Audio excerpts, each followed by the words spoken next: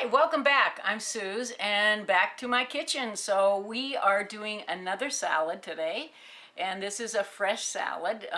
Don't buy that bag crap at the store. I mean, you have no idea what's in there. They usually rinse it with a type of a sulfite so it doesn't turn brown. Sulfites are no good for you, and then some people are actually, it's toxic. I mean, they can actually go into arrest with one. So don't buy the bag stuff. It's so easy to do this. But this one was simple, and I mean, I'm all about simplicity. This one is easy. I've layered it for ease now, but we're going to toss it, and I'll show you what's in here.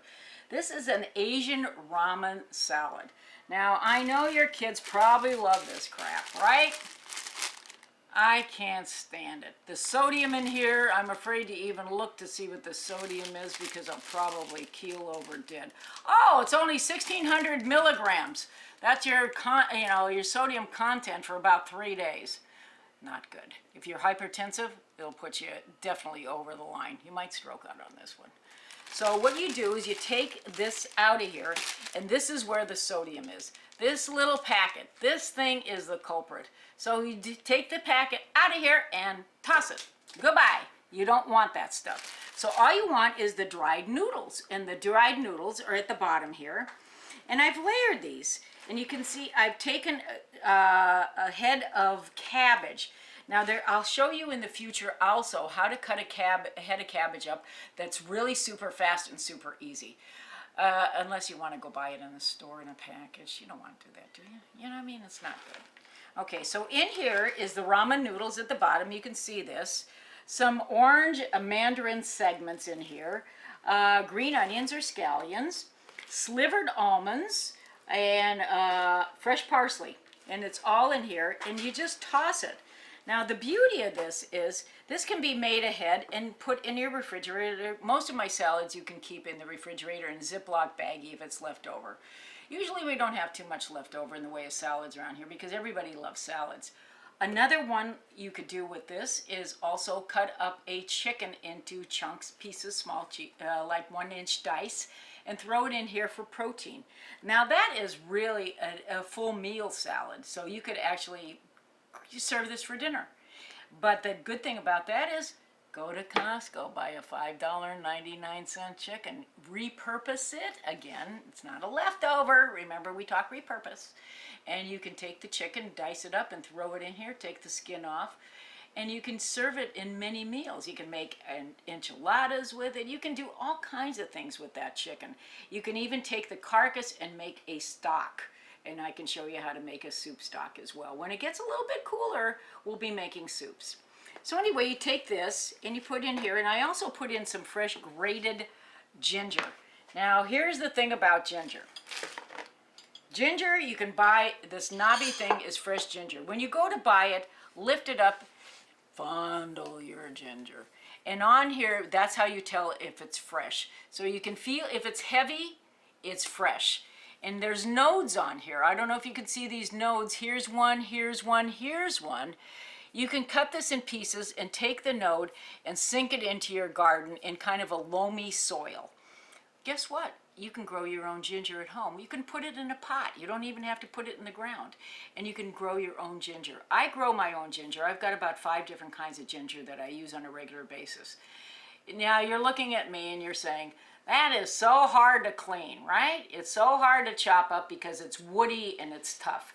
Well, you can buy one of these fancy schmancy ginger graters like this, or you can take a spoon and just take a spoon and just take the ginger skin right off with the back of your spoon. Just do this and it'll come right off. Very simple. And then you can cut it in small pieces. I like to grate it and because I don't want to taste the woody pieces in a salad. I mean, it's a little tart, but I love the taste of ginger, and ginger's good for you. Ginger's so good for you, it reduces high blood pressure. It's good for anybody that's got a diabetic condition because it regulates your blood sugar as well. I'll give you little hints as we do these classes all along the way so you'll understand, you know, a little bit more knowledge, maybe some history about where ginger comes from, you know, China. But don't buy I don't go to the 99-cent store and buy ginger. That is from China. and also their garlic is. And talking about your garlic, let's show you this. This is when garlic goes to, you know, almost to growing. See when it's got the little root coming out of here? This is the root bottom, but this is where it's going to grow out of the top.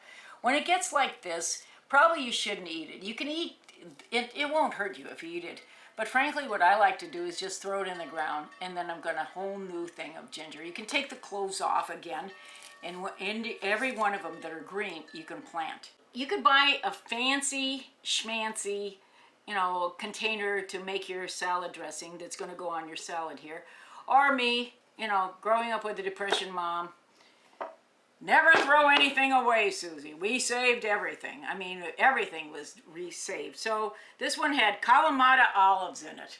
So I put all the ingredients in here, and all you do, make sure the lid's tight, and just shake it.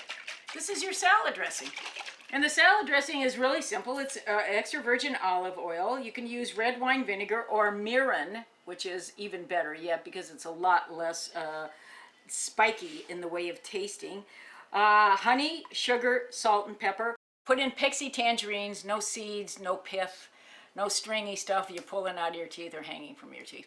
Use tangerines also, or the mandarin oranges at the grocery store.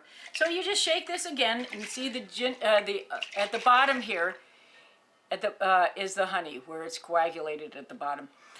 If your honey gets kind of like solid mass in the container you buy it in, never put it in the microwave. It'll turn into a projectile. The best thing you can do with honey is put it in a small pan of boiling water, and it liquefies. Honey is the only thing of all the food sources that I know, maybe there's something new, but the only one that I know of that it never goes bad. Honey never spoils. So don't put it in your microwave. Again, this is the salad dressing, and now that I starting to get it all over the place, I'll clean it up.